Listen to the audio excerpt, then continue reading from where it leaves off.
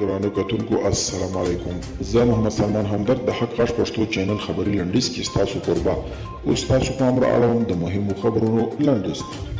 د افغانستان د ملي دفاع وزارت مرستیالي منیرې یوسف زاده له خپلې دندې استعفا کړې ده. ملي دفاع وزارت د نوموړي د استعفا خبر پخلی کړی دی. منیرې یوسف زاده پر خپل فیسبوک پاڼه د خپل استعفا لامل خپل شخصي موضوعات یاد کړي دي.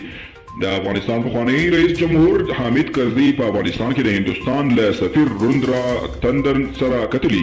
په دغه کتنه کې د استانبول د راتلونکي کنفرانس په باب خبرې شوې او د یادې پروسې د کامیابۍ لپاره پر سیمه ییزو همکارۍ ټینګار شوی دی.